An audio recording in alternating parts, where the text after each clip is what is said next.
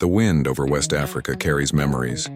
Memories etched into dust, into stone, into the rivers that still flow as they did centuries ago, carrying whispers of kingdoms that rose and fell, whispers of warriors whose names became fire, of kings who claimed to command both men and spirits. And among all these stories, none grips the imagination like the Battle of Kirina, the fateful clash that ended one tyrant's reign and gave birth to an empire so wealthy, so powerful, so dazzling in its brilliance that its fame reached far-off lands, so luminous that centuries later the world still speaks its name with awe, the Mali Empire. But the story of Kirina is not one of easy triumph.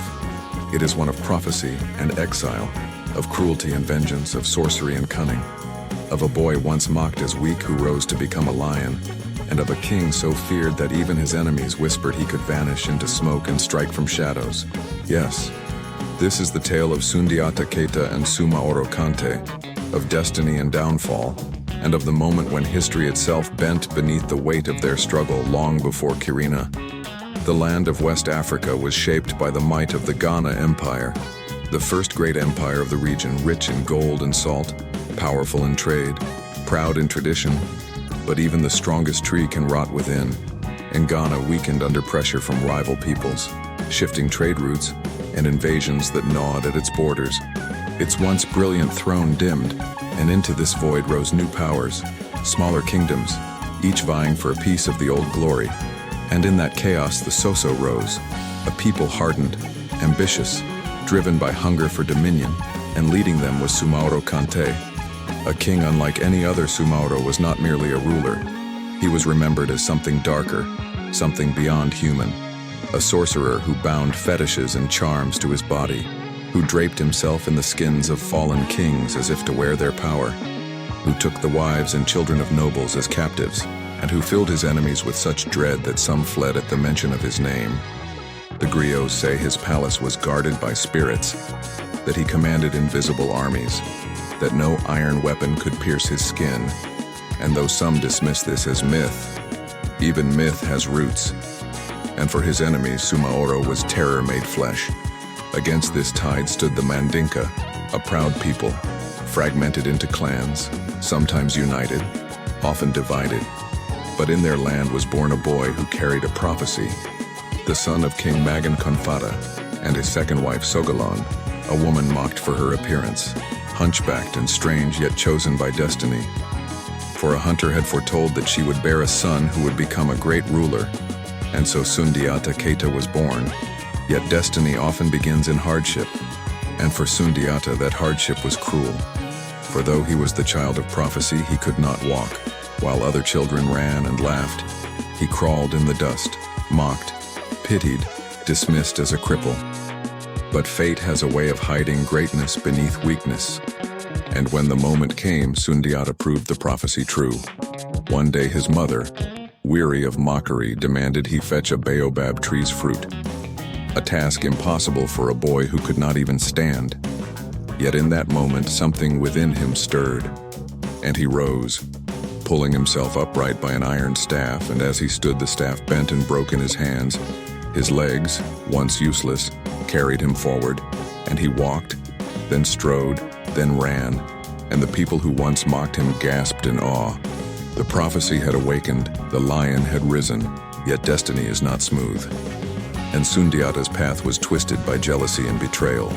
When his father died, rival factions within the Mandinka court pushed Sundiata aside, preferring his half-brother.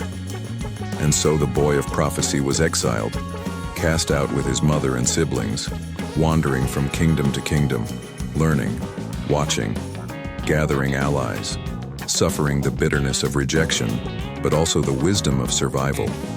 And as he grew in exile, Sumaoro grew in power, sweeping across the land with fire and chains, breaking kingdoms, enslaving princes, mocking all who opposed him. And when he set his eyes on the Mandinka homeland, he crushed it, leaving its people broken and desperate. And in that despair they remembered Sundiata, the boy of prophecy, the one who had risen against all odds.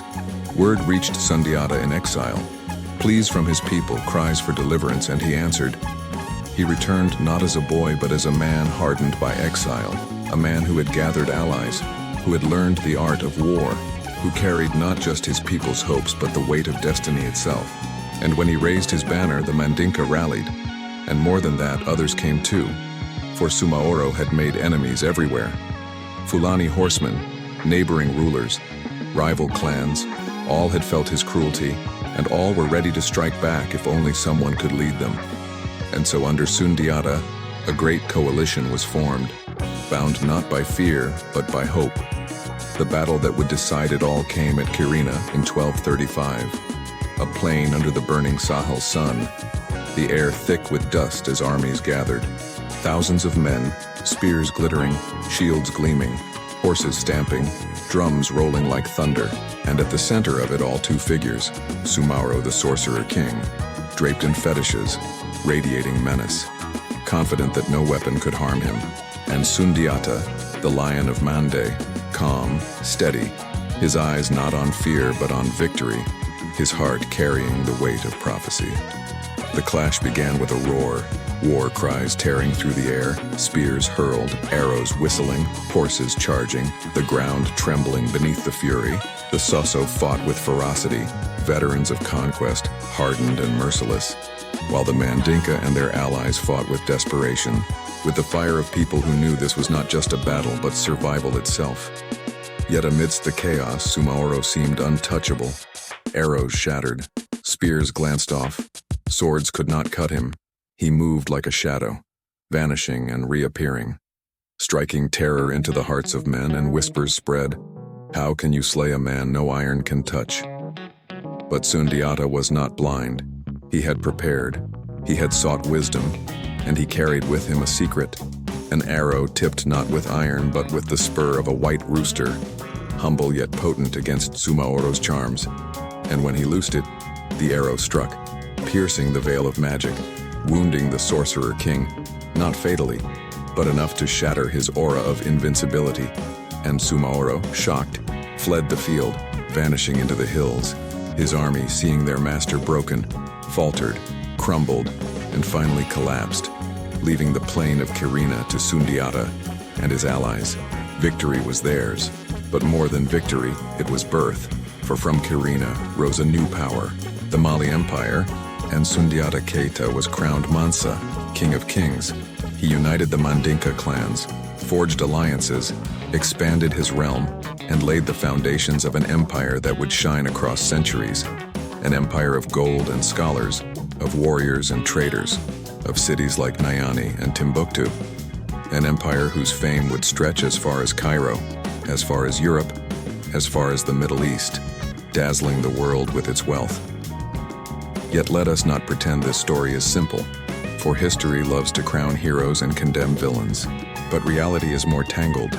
Some say Sumaoro was no worse than Sundiata, that he too sought power in an age where only the ruthless survived, that his sorcery was perhaps nothing but clever warfare and fear-mongering.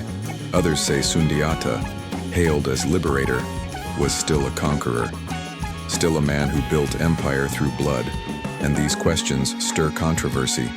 For history is written by victors, and griots sing the songs of those who triumph. Yet even if Sumaoro's side is forgotten, even if his story is twisted, the fact remains that his defeat at Kirina gave rise to Mali, and Mali reshaped the world. From Kirina flowed centuries of power, of trade caravans stretching across the Sahara, of gold mines feeding the wealth of kings, of scholars who made Timbuktu a beacon of learning, of rulers like Mansa Musa whose pilgrimage to Mecca showered gold so freely that economies shook. All of it traced back to that day when a boy once mocked as crippled stood against a sorcerer and struck him down, proving that destiny is not weakness but the courage to rise when no one believes you can. And still, the griots sing. Across Mali, across West Africa, they sing of Sundiata, the Lion King. They sing of Sumaoro, the tyrant brought low. They sing of Kirina, where dust and blood gave birth to empire, their voices carrying not endings but echoes, reminding us that history does not end with a full stop. It flows on in stories, in pride, in memory, in the knowledge that from struggle can come greatness, from exile can come triumph, from prophecy can come empire. So when you hear the name Mali, When you hear of gold, of wealth beyond imagining, of kings who shook the earth, remember Kirina. Remember the dust rising as armies clashed. Remember the arrow tipped with a rooster's spur. Remember Sumaoro fleeing into the hills. And remember Sundiata standing tall, the crippled boy turned lion, the exile turned king, the man who turned defeat into empire. For that is the true birth of Mali, a story not of magic or myth alone, but of courage, unity, and the will to change destiny itself.